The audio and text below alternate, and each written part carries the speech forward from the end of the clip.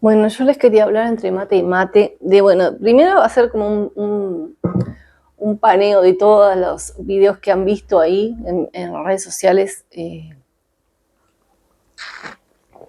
han visto videos míos. Contarles que yo soy una persona muy multifacética, ¿no? Pero bueno, todo lo que une todas esas facetas mías es la espiritualidad.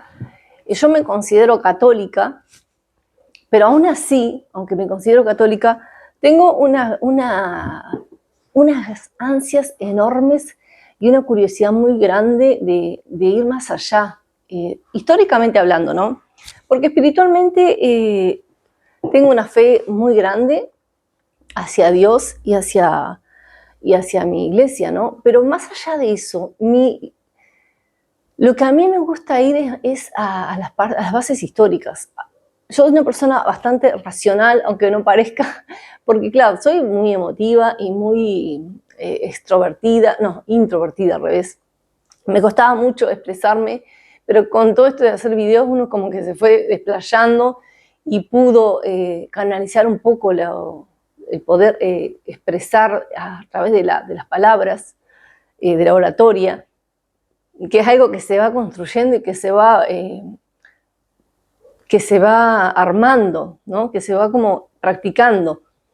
Y bueno, a partir de eso fue que pude, gracias a los videos que he hecho, fue que mi oratoria fue empezando a romper los moldes, ¿no?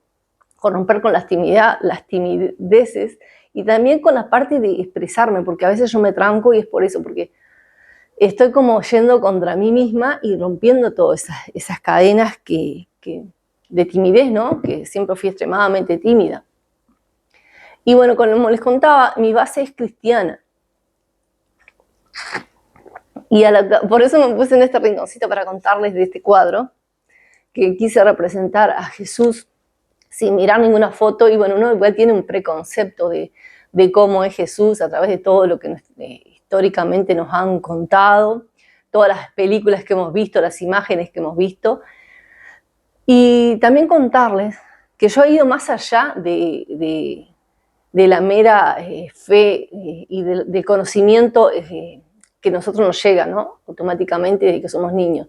Y he investigado, y he visto podcasts, y he leído, y he visto videos, y he escuchado hermanos evangélicos, hermanos testigos de Jehová, hermanos católicos, y yo me he dado cuenta, más que nada por lo que he estudiado y todo lo que he escuchado de periodistas que hacen ese tipo de investigación, que el cristianismo, cuando Jesús recién resucitado, y bueno, dejó a los 12 apóstoles para que recorrieran, se fueran por todos los rincones del mundo para compartir el reino de Dios y compartir su mensaje y brindarlo a la humanidad, se fue dispersando muchísimo.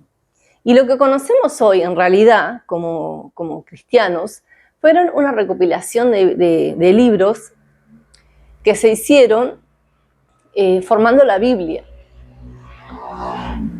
Pero muchos otros libros que se escribieron también más o menos en la misma época, porque la Biblia es una recopilación de escritos que se unificaron todos, se tradujeron, bueno, hubo todo un estudio previo para que eso sucediera hace muchísimos años, cuando recién arrancó el catolicismo, que fueron los que unificaron todos los escritos. Quedaron muchísimos escritos por fuera de eso. Por un lado se decía que esos escritos quedaron por fuera porque no eran inspiración divina, pero son históricos.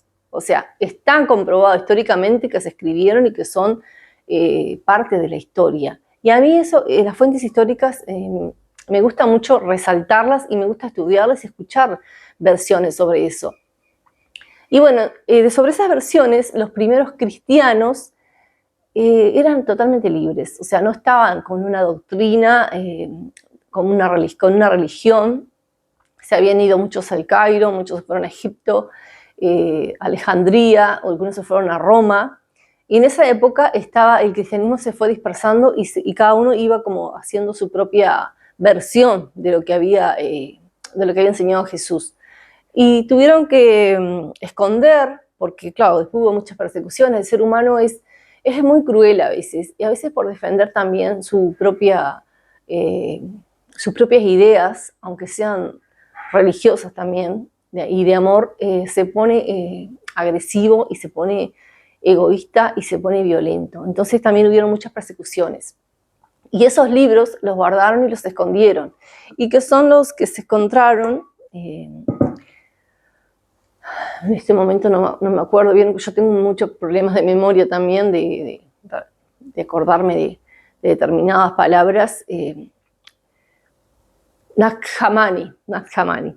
Después busquen algún video de algún podcast, más que nada Lourdes Gómez. Lourdes Gómez es una periodista española, está casada con un periodista mexicano que realiza podcasts, pero el podcast de Lourdes Gómez habla de todo esto, se llama Noche de Lluvia, el podcast de ella,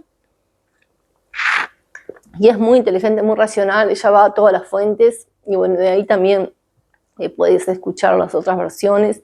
Y bueno, a raíz de esos testamentos que se encontraron en Nag Hammadi, no sé si lo estoy diciendo bien, se descubrieron el testamento de Tomás, de San Juan, y bueno, son históricos y no se han incluido en la Biblia todavía.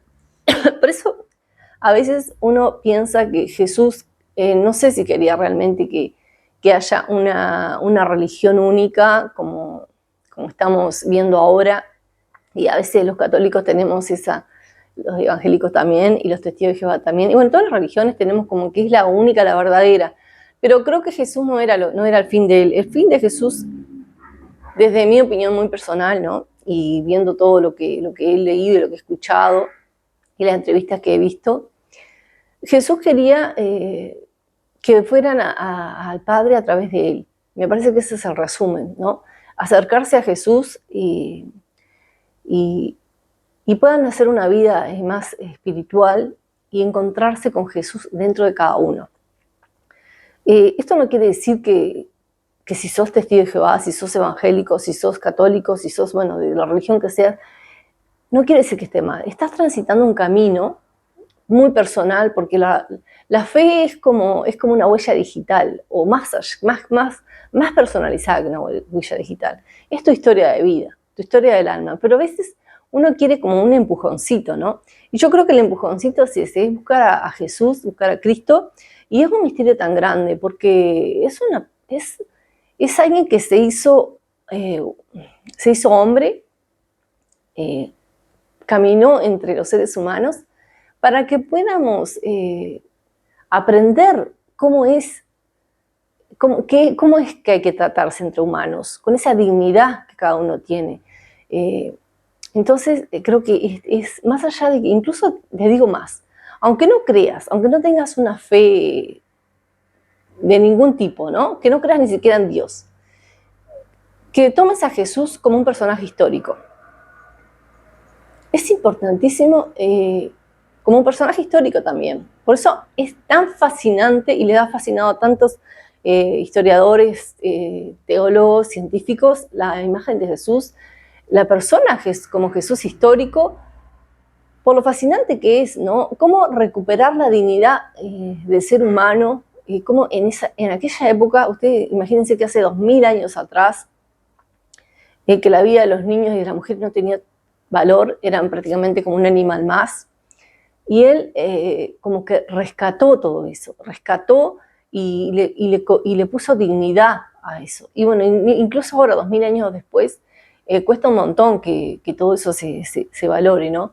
Así que como personaje histórico también es alguien al que hay que tener como un puntapié inicial. Así que si estás en un momento en el que no sabes para qué lado tomar tu vida, o estás transitando por un momento difícil o un momento de crisis personal, que las tenemos todos, en todas las etapas de la vida del ser humano, de crisis personales, yo te recomiendo que empieces a estudiar a Jesús histórico, sin ponerle la parte religiosa primero. Estudialo, escúchalo. Fíjate todos los conceptos hermosos que tiene sobre el ser humano, toda esa dignidad que le dio a todos los seres humanos que se cruzaron con él. Entonces, me parece que la gran meta que tenemos los seres humanos es esa, ¿no? Es amarnos los unos a los otros y sobre todo romper con esas barreras que tenemos. Porque yo les voy a decir algo, ustedes que están del otro lado, no me van a decir, en mi caso me pasó personalmente, es una experiencia también que les comparto, cuando estás haciendo un voluntariado o ayudando como en el caso de que está pasando con el horrible terremoto que pasó en Venezuela, y bueno, toda la ciudad se juntó para donar cosas, materiales, insumos, para mandar a Venezuela, a uno como que el corazón